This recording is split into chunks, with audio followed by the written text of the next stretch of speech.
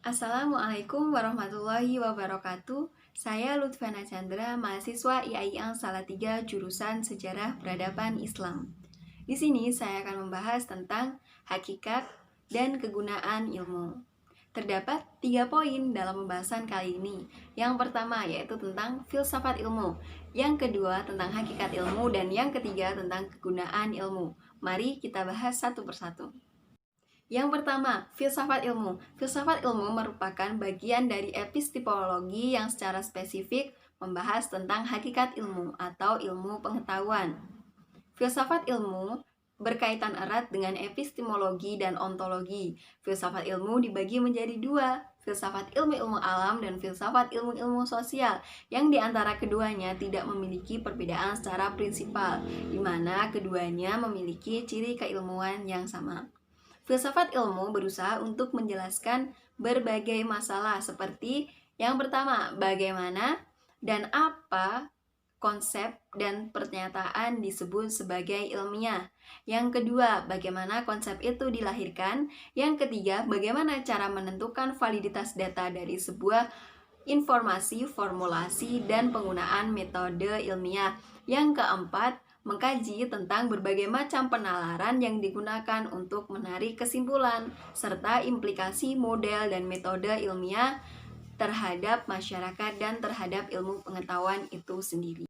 Salah satu ciri dari filsafat ilmu yaitu empirisme atau ketergantungan terhadap bukti. Empirisme merupakan cara pandang bahwa ilmu pengetahuan diturunkan melalui pengalaman dan pengamatan.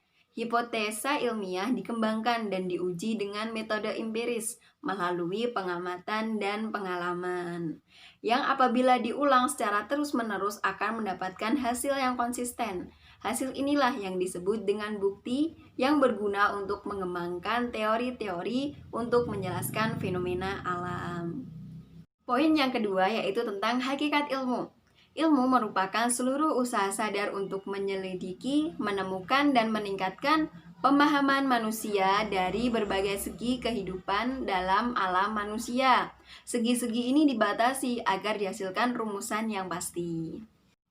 Pada prinsipnya, ilmu merupakan suatu usaha untuk mengoordinasikan dan mensistematikan fakta-fakta yang berasal dari pengamatan dan pengalaman yang dilanjutkan dengan menggunakan metode ilmiah seperti observasi, eksperimen, studi kasus, dan lain-lain.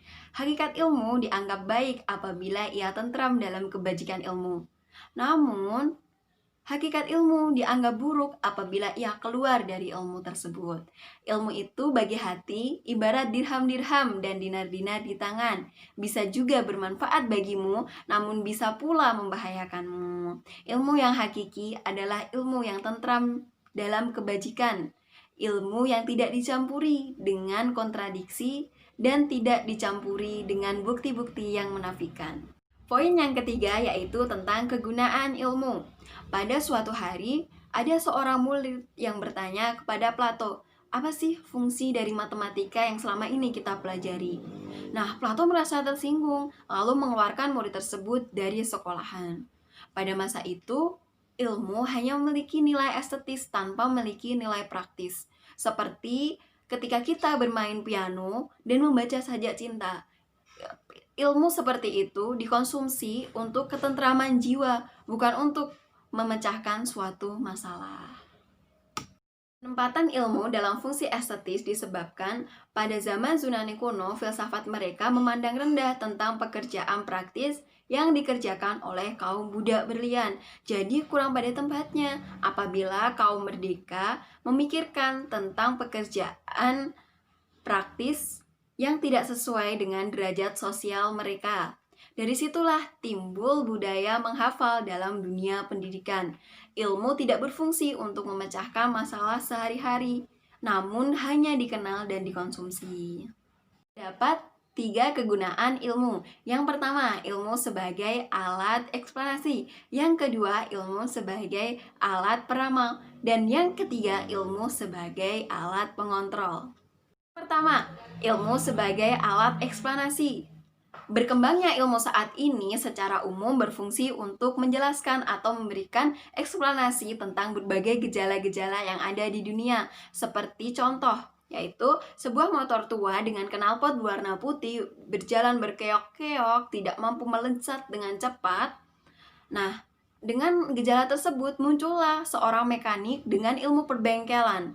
Nah, mekanik tersebut mampu menjelaskan mengapa motor tersebut tidak mampu melesat dengan cepat. Itulah yang disebut ilmu sebagai alat eksplanasi.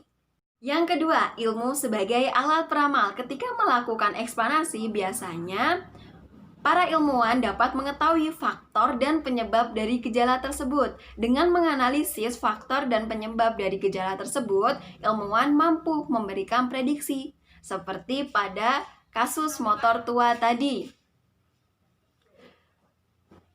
Mekanik memberikan prediksi bahwa si pemilik motor lalai dalam mengganti oli dan tidak mau merawat motor tersebut. Hal itulah yang menyebabkan seker cepat menipis dan oli mesin cepat terbakar yang menyebabkan knalpot dengan warna putih dan tidak mampu melesat dengan cepat. Itulah yang disebut ilmu sebagai alat peramal. Yang ketiga, ilmu sebagai alat pengontrol. Eksplanasi merupakan bahan untuk melakukan prediksi dan kontrol. Seperti contoh pada motor tua tadi, mekanis memberi tahu untuk melakukan penggantian oli setiap 1 bulan sekali. Itulah yang disebut ilmu sebagai alat kontrol. Sekian pembahasan dari saya, kurang lebihnya saya mohon maaf yang sebesar-besarnya. Semoga bermanfaat. Wassalamualaikum warahmatullahi wabarakatuh.